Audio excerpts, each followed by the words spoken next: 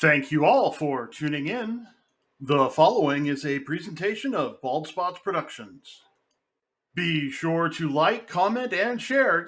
Subscribe, follow, whatever it is you've got to do to kick that algorithm into gear and help us reach more people. Yes, it is I, your humble host, Bill Hatch III, coming to you live from the Palatial Home Studios, Bald Spots Productions here in the beautiful city of Malden, Missouri. Okay. I am joined today over a more than acceptable safe social distance by my guests, Tara Fields and Jessamyn Dodd. How are you two doing? Well, thank you. Very good.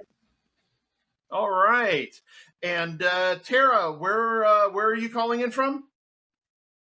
I'm calling from the beautiful state of Kentucky, northern Kentucky. My husband's stationed at Fort Knox, and so we've newly moved from Kansas to Kentucky.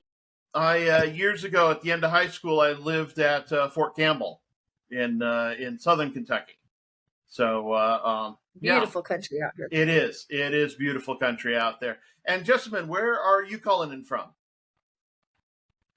I'm calling from the West Coast. Sunshine and palm trees out here. Woohoo! We got wind and cold, and leaves everywhere on the ground. I actually just moved from California. That's where I was before coming here. Southern California, where it's sunny all year round. But the first question I ask people is, what are you reading, or who? Depends on who you are. Jessamyn, let's go with you first. I wish I had more time to read. Honestly, I do love reading and I love books. I am so busy, but we're on about book 5 of the Harry Potter series with my son. That's something that he and I enjoy doing, reading nighttime every evening. And so that is one of his favorite series. So we are okay, it's my device. But he's, I'm reading Harry Potter. Okay, that's all right. Got something you're reading. And Tara, how about you? It's mom life. Oh, mom life. Well, yep.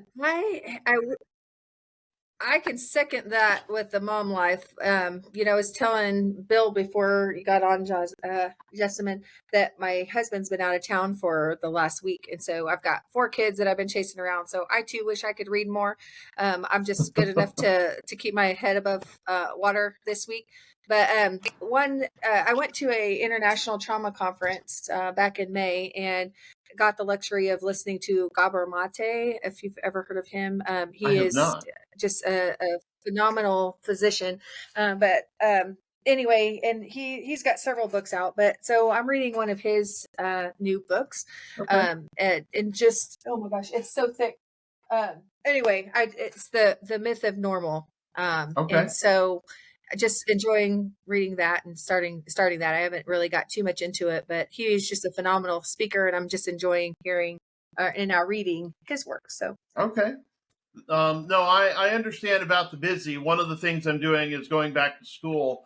I'm working on my Master's of Divinity, and so I'm reading textbooks. I've got dry, drier, and driest.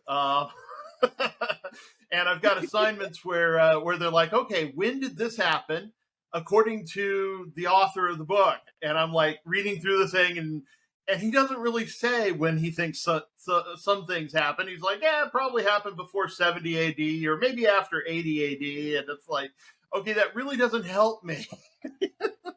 Tell me it happened in 65 AD. That helps me. But yeah, so yeah, I'm reading an Introduction to the New Testament by David A. De Silva. It really is kind of interesting. It's like it's written by somebody who's got their head in the clouds, but the content is really good, and I'm really enjoying it. I'm actually doing it because the concentration I'm in is called Marketplace Ministry, and basically it's in line with my business background and leadership and things like that. So that's why I'm doing this particular one. But anyway, So Tara, you are a licensed counselor and social worker? Yep, licensed clinical social worker, and yep, that's me. Every LCSW. day, and depends on who's asking. No, I'm just kidding. Depends on who's investigating you. Exactly. Okay. Any particular specialty? So I specialize mostly in trauma. And my practice really is centered on trauma therapy. And you know, I 12 years Army experience, and then I got out of the Army about 5 years ago, and I just published this whistleblowing book on suicides and epically broken systems within our military mental health system. And so on the side, which is really hard, right?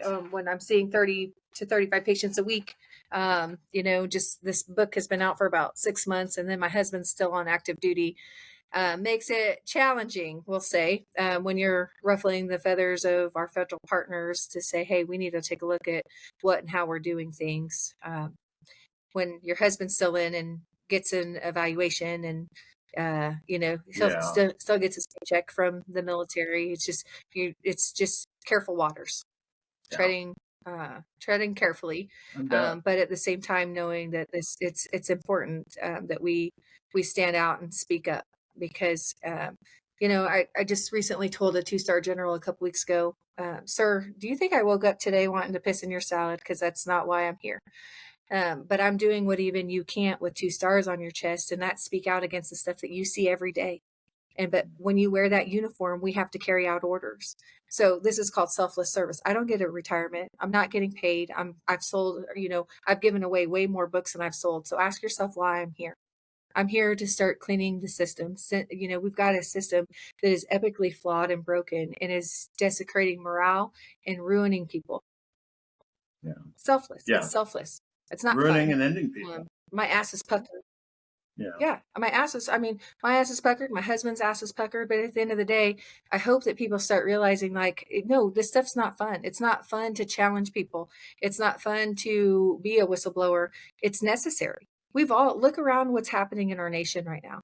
The stuff you can't even make up, the stuff that's happening. And it's because good people are quiet.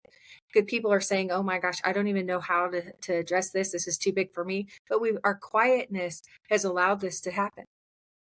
And it's time we start coming together and uniting and having difficult conversations and stop talking past each other, regardless of what letter you have behind your name, whether it's an R or a D, or I don't give a shit. We're Americans. Right. So, yeah. Anyway. And there are certainly some things we need to. Go ahead. Go ahead, Jess. Yeah. Yep. And then, Jess, you're a reporter. Oh, sorry. Now I'm talking over you. I ain't nobody, sir. Sure. Uh-oh. Okay. No problem. Yeah. Yep. Absolutely. Let's see. Tara, you said before we started recording that you'd been working with a reporter at, what was it, the New York Times, or? Yes, there's getting ready to be an article come out about actually one of my husband's soldiers that recently committed suicide. This was back in April. Okay, that's all right. But yeah, back in April. Uh-oh. We'll just roll with it. Yeah. We're rolling with it. Go with the flow. Absolutely. That's right. No preconceived agenda. Yep. We need more of that in this country. So yeah, wherever you go, people follow, it seems. Okay. Yep. Yeah. But yeah, okay, you were saying about article. Yeah, the New York Times article. Yeah, so there's a columnist that's going to be writing an article about one of my husband's soldiers that committed suicide back in April from Fort Riley. And this soldier was in my husband's command. And after the death, and I kind of sneakily, if you will, just met with the family.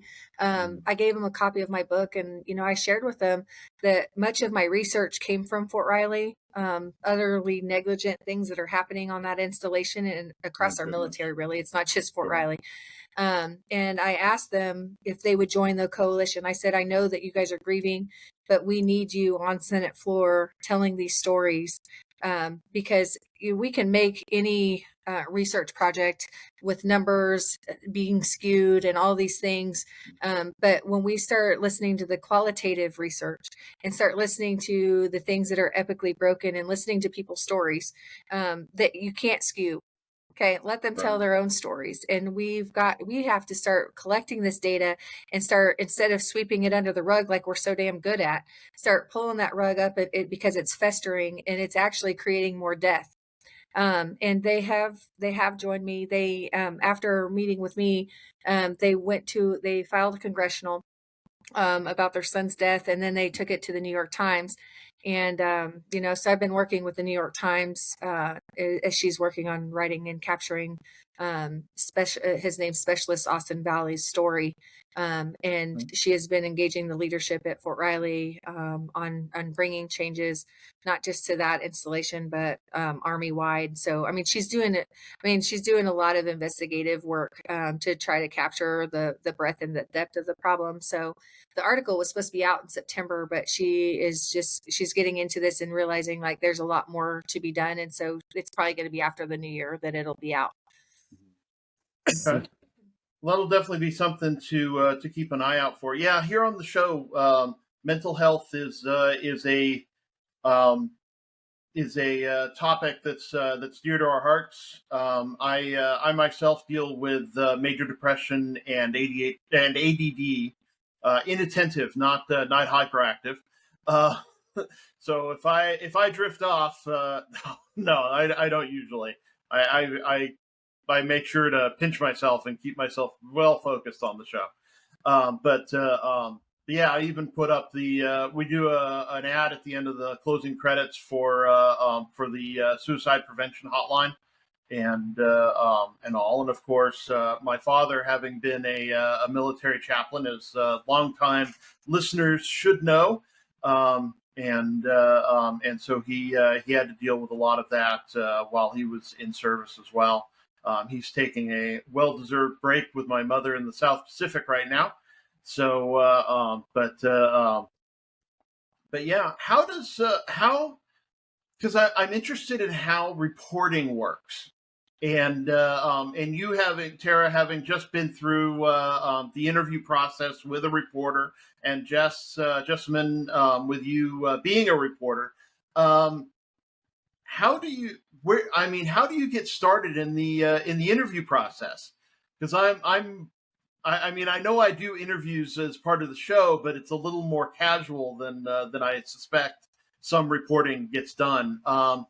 Where do you start? Where do you start from when you're writing an article? Like, sure, okay, that word that you use, divisive, is really, really important. And talking about this Austin Valley article that they're working on at the New York Times, I too did my research of like, okay, the New York Times and like what kind of stories do they write and these sorts of things. And I'm a Republican if I have to choose. I write about this in my book. I personally like to think that I stand on both sides of the aisle. There's like is more kind of liberal, if you will, and other things that are, very Republican. But it's like this divisiveness that is plaguing our country right now, because we got crazies on both sides of the aisle, both wings and it's like, okay, we can't even have conversation with somebody that's on different side of the aisle. It's crazy.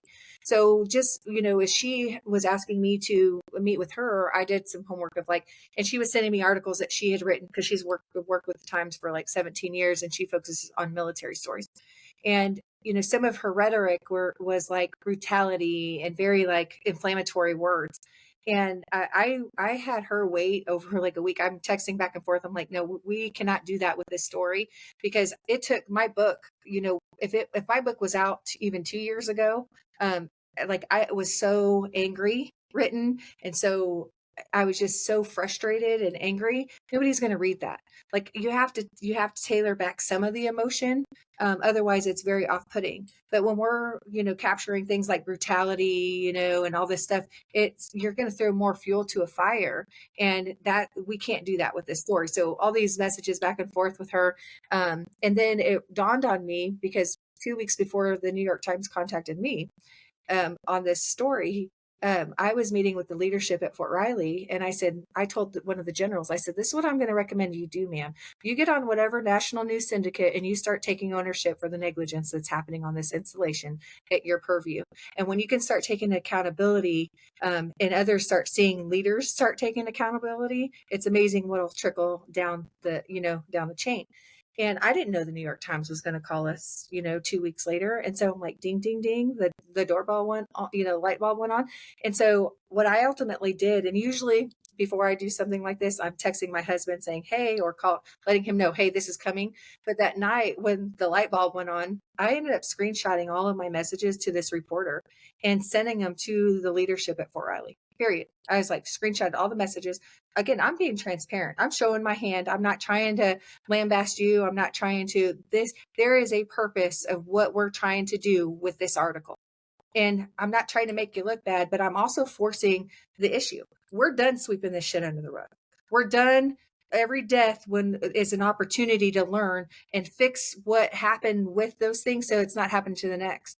But we had 4,200 soldiers, active duty service members that committed suicide over the last 8 years. That's crazy. 4,200 opportunities where we keep sweeping the shit under the rug and not learning the issues of how these deaths came to be and addressing the freaking system. How are we 22 years into a war and we don't have this shit figured out? I have no idea. Because people are more worried about their evaluations and how they look on the front page of a freaking newspaper article than taking care of people. That's how. Anyway, I just get so fired up. Here's the recording. There are things that are happening in those formations that are not respectable. Period. They're not respectable. And I'm sorry, I didn't mean to step on you, but it's not respectable. And I'm very I have a lot of honor of saying that I'm a veteran and having served, but there's a lot of dishonor to not just with myself. I sit with veterans every day as a therapist. And the dishonor that comes from things that are happening that are dishonorable in the formations that they've been made to do or, hush up about, actually bodes a lot of problem when it comes to mental health and suicides. That people are forced to sit with this instead of addressing the systemic issues. These leaders just want to sweep the stuff under the rug. And that brings so much dishonor and shame and guilt that becomes this, cesspool for death. Yeah, absolutely. Anyway. Absolutely. Before we get too much further into this, Tara, what's the name of your book? It's called Tracer Patient, a Game Changer to Mental Health Across the Military. Okay.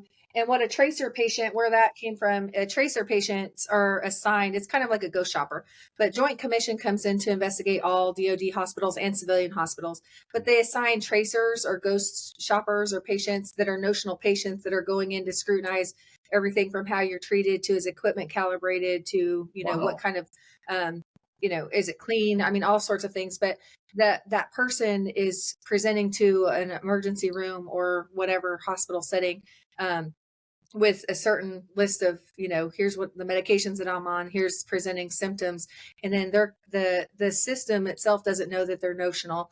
But then 2 weeks later, they're coming back and saying, hey, this is what I recognize. These were areas of negligence that I see within this organization. Mm-hmm. And so where we can learn those lessons from notional patients so that real people aren't falling in those cracks and actually dying. So that's where the tracer patient piece comes from.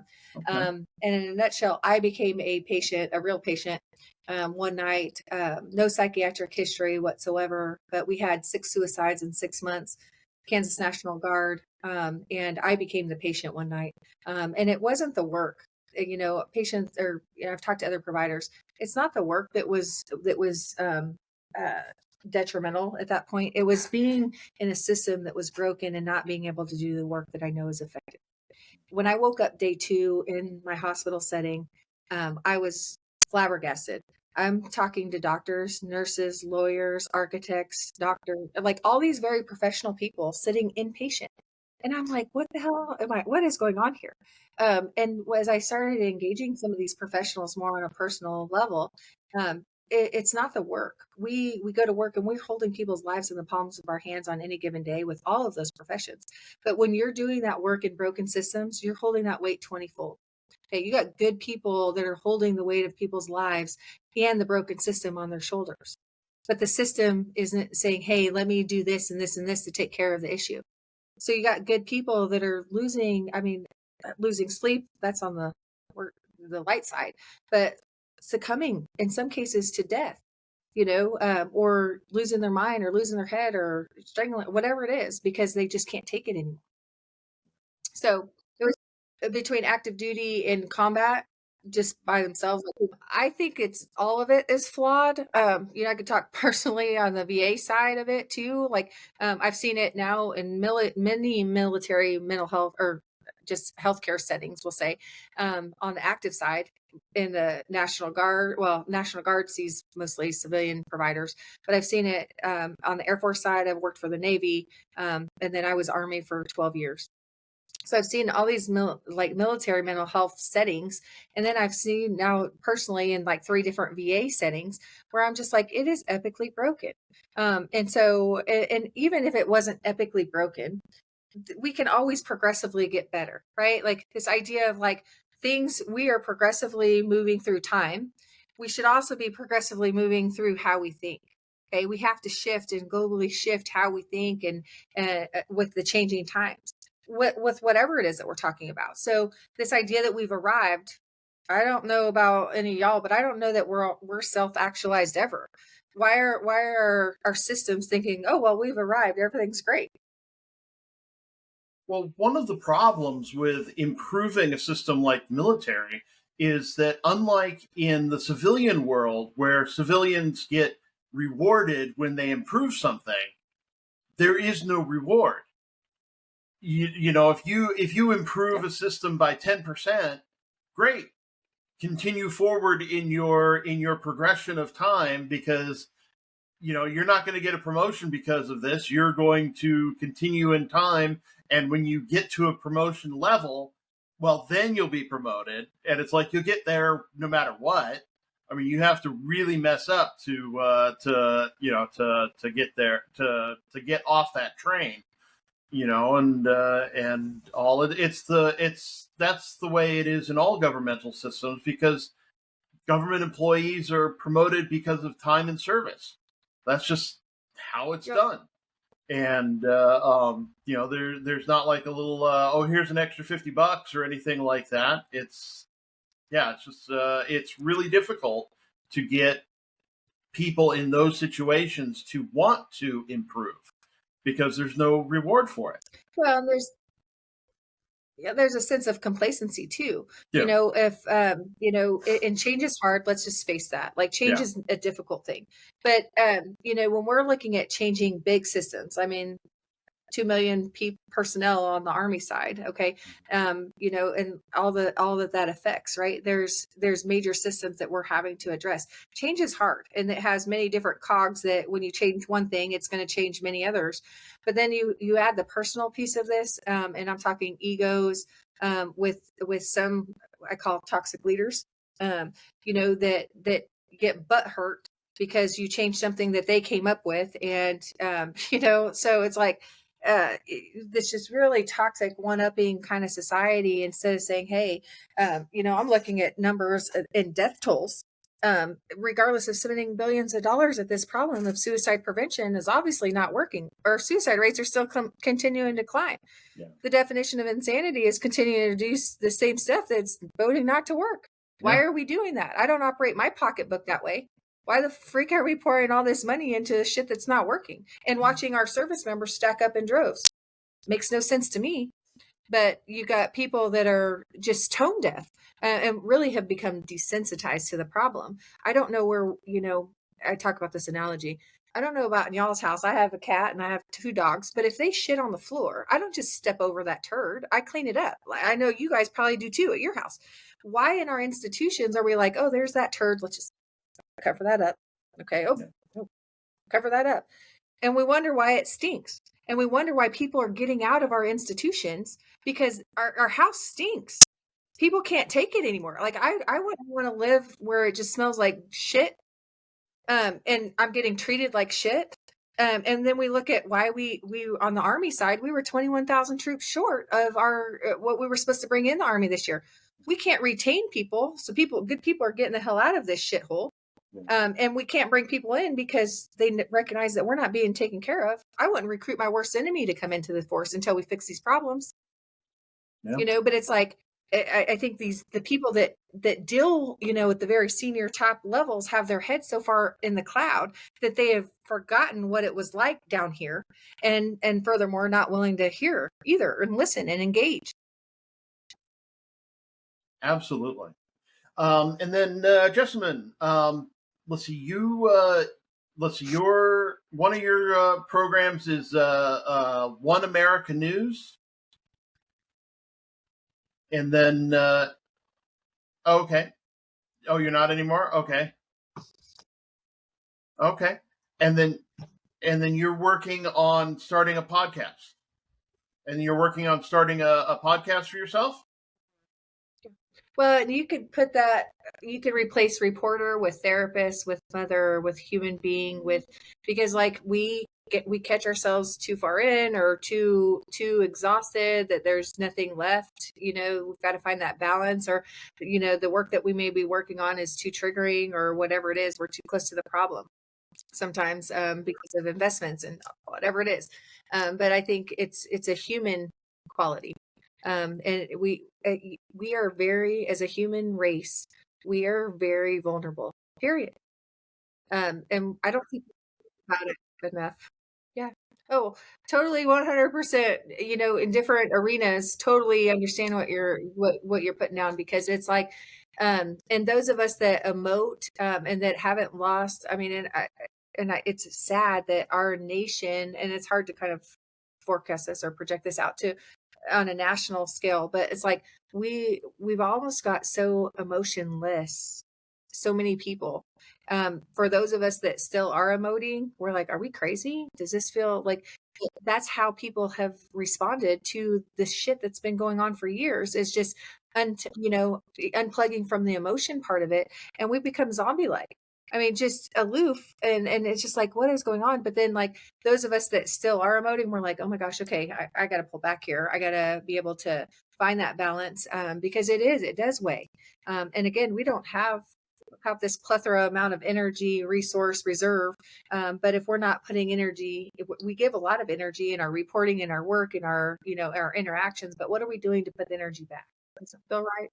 People just want us to be puppets, and it's like, no, I have a moral fiber and an ethic about me, like there's not just going up and reading off a teleprompter. There's a lot more that goes into this. And, I think that that's where we're just really flatlined as a nation right now. And it's just like, what happened to the morals and the ethics and the values and we're just going through the motions. And it's just so, it's sad. It's heartbreaking. We're so removed from it all. We're removed from it. We're desensitized to it, and we just we're protected. We're insulated, and it's just that people just don't care. We're tired. We're tired of it too. It's like, oh, we heard about this yesterday. There was a cannibal murderer on the news yesterday, so I don't need to worry about the new one. And we had a war, and I don't need to care about the people who are suffering because of the one that's going on now. No, hadn't even heard that one.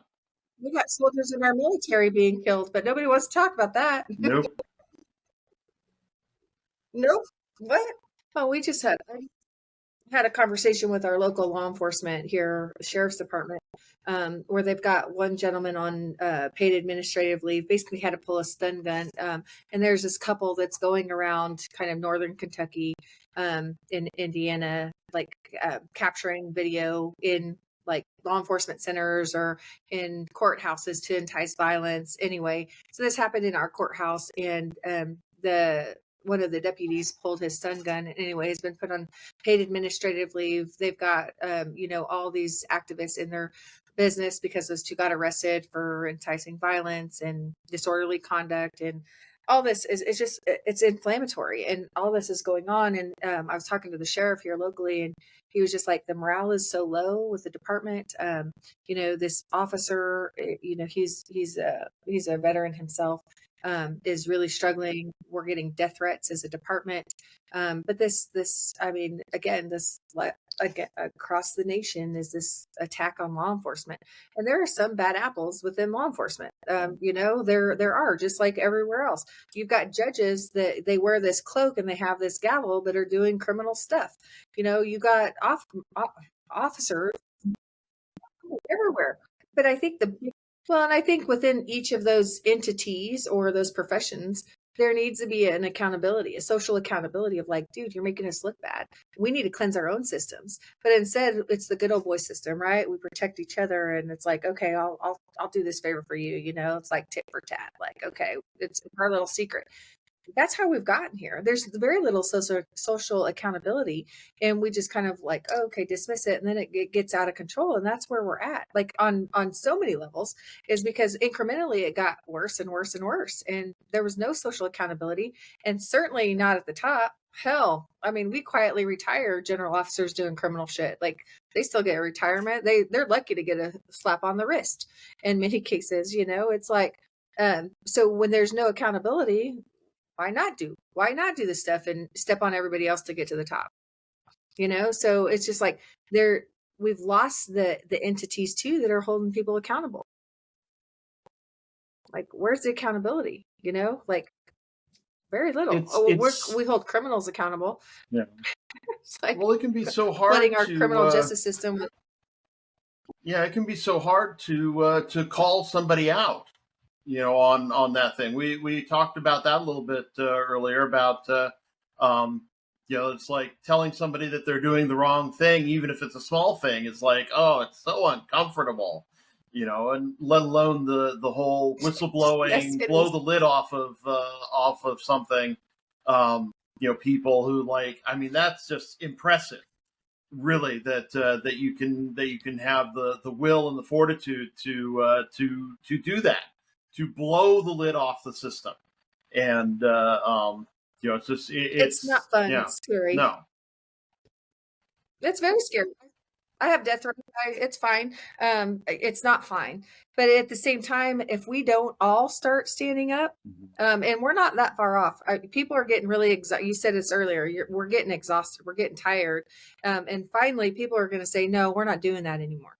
I'll just give you kind of an example. We were at a football game the other night for my son's football team, and this parent was going apeshit. I mean, he was screaming at the officials. He was screaming at the coaches.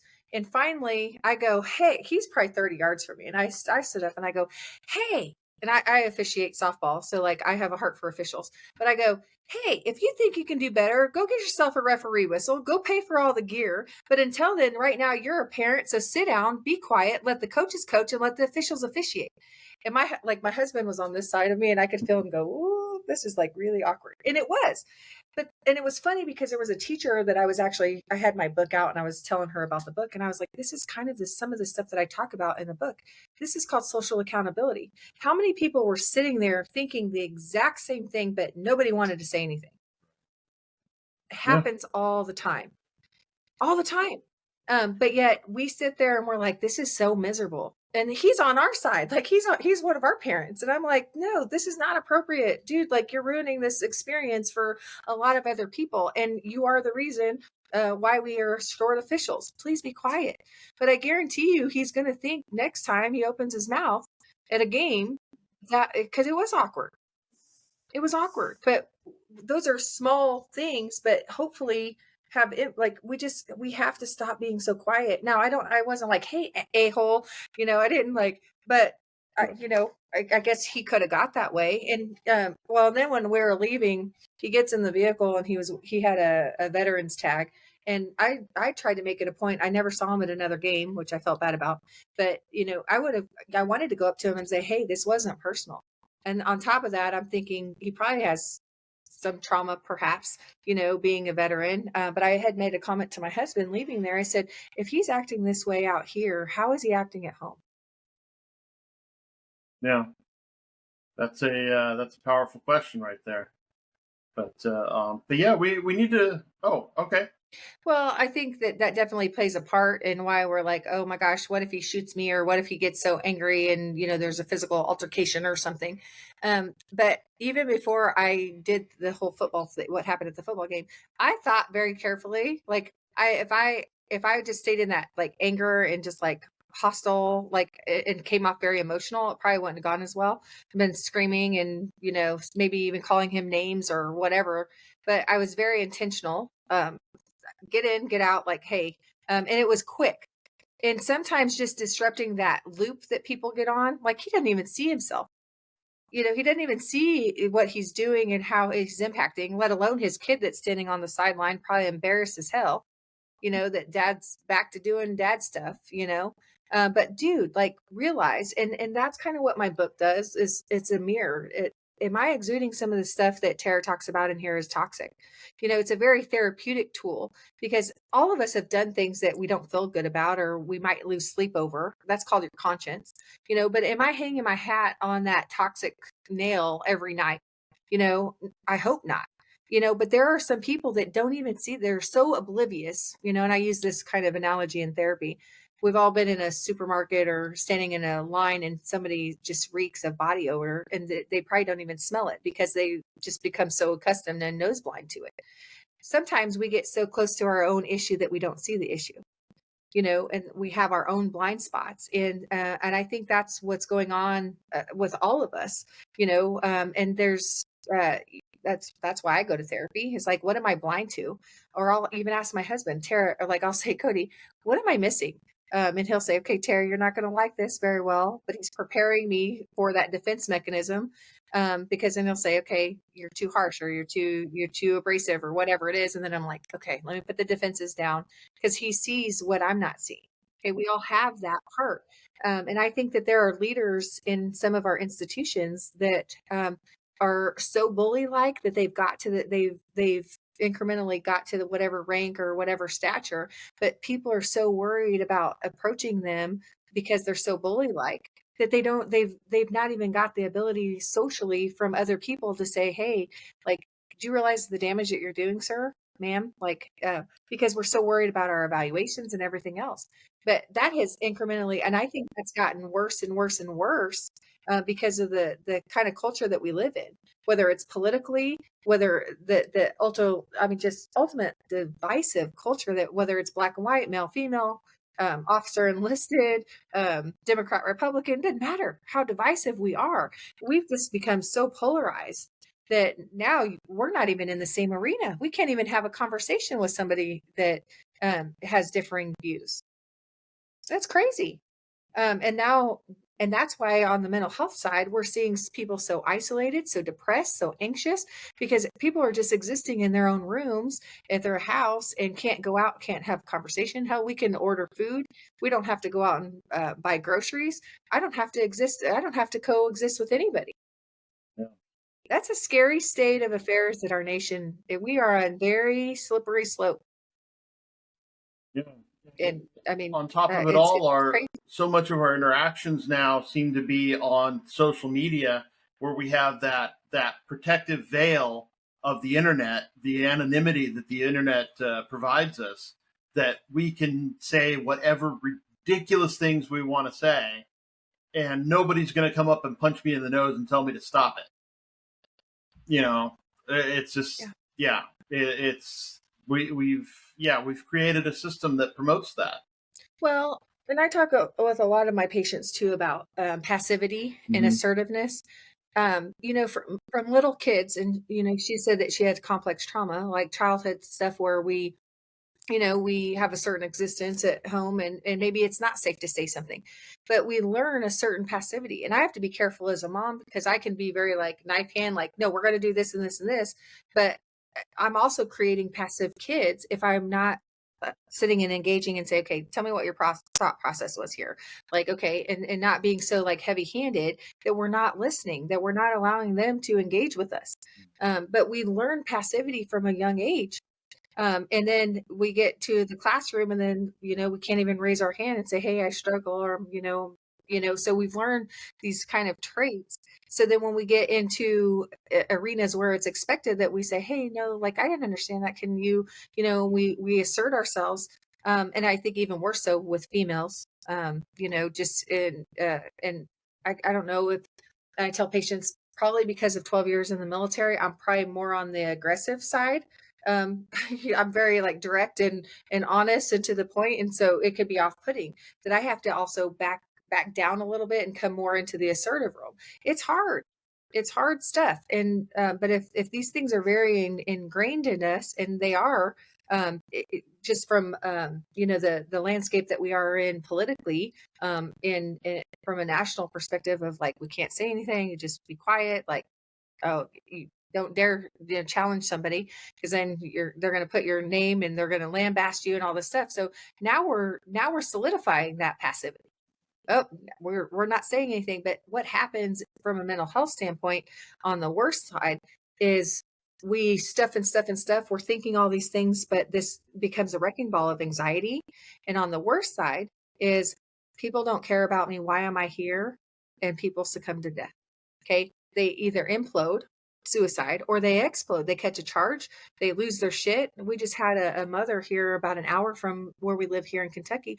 She murdered both of her boys yesterday, a 6 and a 9-year-old kid. I don't know all the inner workings, but it's just like, how did we get to that point? Like, just totally lost it. And I don't know if that had anything to do, but like, people are catching charges. I tell a lot of my clients that have anger issues, the difference between most people and people on death row is 5 seconds. 5 seconds of like, oh, I need to calm down. I need to back off. Ooh, I can't deal with that right now. I need to go calm my ass down before I do something erratic, impulsive, pull a trigger, plan a death. So 5 seconds. 5 seconds of, I need to pull back here. Like, I'm not okay. Mm-hmm. Well, that breaking point, we all with a brain in our head are capable of that breaking point. And I almost didn't write my book. I personally can't open the first half of my book because it is so triggering for me. Like, to realize that I let myself get to that breaking point as a clinician, as a mom, as an officer, it doesn't matter. Like, because I was so hinged on taking care of everybody else and focused on everybody else that I was neglecting myself mentally. Right. And so nothing scares me more than going back into a hospital setting. Nothing. Okay, is because I'm like, I have to be able to recognize we all have to be good stewards, best stewards of ourselves, recognizing, man, okay, I'm getting to an unhealthy place here. I need to take a day off. I need to do a self-care day. I need to whatever, so that I don't continue down this path, or I need to reach out and say something. Hey, I'm not okay. Yes, having my yes. Yeah. So it's so true. It is so broken. I mean, this last week I went, I personally haven't been feeling well, and I'm not a depressed person, but I feel something is so chemical right now. And I was very honest, talked to the VA. And so they were like, well, we'll see you in 2 weeks. And so I'm like, guys, I'm telling you guys, there's something chemical. It doesn't feel right. The only other time I felt this rock bottom was when they found this thyroid issue. Can you do some testing? Well, we'll see you back in 2 weeks. And I'm like, oh my gosh. So I walked into the VA in Louisville this last Friday, a week ago tomorrow. And if I'm getting treated this way and I understand the inner workings of the system, how is the layperson getting treated? But I walk into the VA and I tell them honestly, like, hey, I feel so depressed. Like, I've had passive suicidal ideations. I'm not suicidal. I've spent the last 5 years of my life thinking and reading and researching suicide, all this stuff. It's been a major part of my life. I'm not going to get to that point. I am very depressed. I would like to talk to somebody about medication. I can't get in for a certain amount of time. So I'm in the hospital for 5 hours and they come back and they're like, I'm sorry, we can't address that. I don't know what they saw on my chart, or I'm like, we shove medications down people's throats, and I hate taking medication. I talk to my patients about trying A, B, C, and D before you get to E medication. But then I've tried all these other things and I go and I'm asking these questions and nope, we can't. We'll see you on the 13th. And I'm like, are you serious? And so I'm nowhere better for it. So I ended up, they tried to put me in basically like scrubs, take my shoes. And I'm like, no, we're not doing that. I'm not suicidal. My bra straps are not. I was just so over it. They locked my stuff up behind me. And then I was like, guys, I have to go pick up my children, all these things. And they said, no, you have to wait until you're cleared out here. I said, you guys have told me that you guys can't help me, that I have to wait until my next appointment. So I got to go. I got things. And they're like, well, we could address your medication if you come inpatient. I'm not suicidal. I don't meet criteria to be inpatient. You guys can't take care of that. And I know that we are short prescribers. That's cool. But we're in no better place for this. You guys, I have no appointment. It's just it's so broken. And I was just so disheartened. I mean, and they've called me 3 times this week and I just cry because I'm like, if I'm running into these roadblocks, what is everybody else running into? I just, it's crazy. Anyway, and it's sad. And it's just, at the end of the day, those things fuel my fight to say, hey, we got to continue having these hard conversations and highlight these things and fix, policies and start treating the patient. Everybody's worried about liability and culpability. Everybody's worried about getting sued instead of listening to somebody's symptoms and saying, hey, how can I treat you? Okay, let's figure this out. Let's put our heads together. We're more worried about documentation and, covering your ass or your next, how is this going to look, instead of listening to what the patient's telling you and treating that patient. I'm not a drug seeker. I hate taking drugs. I just told you that. But when I'm telling you I don't feel well, there's something. And as a mental health provider, gosh, listen to what I'm telling you. Let's try this. And I'm following up. It's not that I'm just here to get a medication, but we can't even have those conversations. We'll see you in 2 weeks. Check, check, check. Oh, we're following the policy. It's like, oh my God.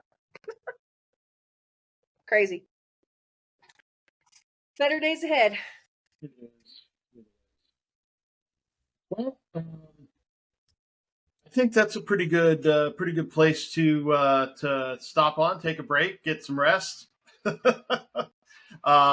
see. Once more. Let's see, Tara. Your website is t4therapy.com.org. Sorry, .org. t4therapy.org. Mm-hmm. Yes, and just T the number 4. Yeah. number 4. Yes, T the number 4. Thank you for that. And I would like to connect with you too, Jess. Okay. Okay. Great. I'll put those in the description so people can have them, and most easily find you. Tara, where's the book? Where can we find the book? You can get it anywhere you can buy a book. You just can't get it in store. Amazon, Barnes and Noble, Books A Million, Walmart, Okay. Amazon. It didn't go through a legal review. It would have never passed one. Okay. That's why it's not in store. Okay. But that's all right because it's all truth. Yeah. We'll get electronically. All right. Well, thank you guys so much. Thank you. Before we go, you got any final words for the nice people, Tara? Jess? No final words for the nice people. I would just say, take care of yourselves and take care of each other. You got to take care of yourself first before you can take care of anybody else. And it's not selfish; it's vital. Yeah, I'd say from part of it, go out and get a little awkward. So yeah. But all right. Well, thanks for tuning in. Be your authentic self. Thank you all for joining me. Thanks for tuning in to the listeners and viewers. And remember to stay safe out there, wash your hands, and watch the ending credits. Thank you all for tuning in. This has been a presentation of Bald Spots Productions. I'd like to thank our producer, my beloved mother, Eileen Hatch. I, of course, am your humble host. I'd like to thank my special guests, Tara Fields and Jessamyn Dodd. Support the show if you feel so led over on patreon.com. We're known as Bald Spots Pro. Don't you dare miss YWL Online. You can find us on Facebook, YouTube, and wherever fine podcasts are offered. Be sure to tune in next time when my special guests will be Frank Giamonco and Ramya Kapadia. Be sure to like, comment, and share. Subscribe, follow, whatever it is you've got to do to kick that algorithm into gear and help us reach more people. If you or someone you know needs support now, call or text 988 or chat 988lifeline.org. That is the Suicide and Crisis Lifeline here in the United States.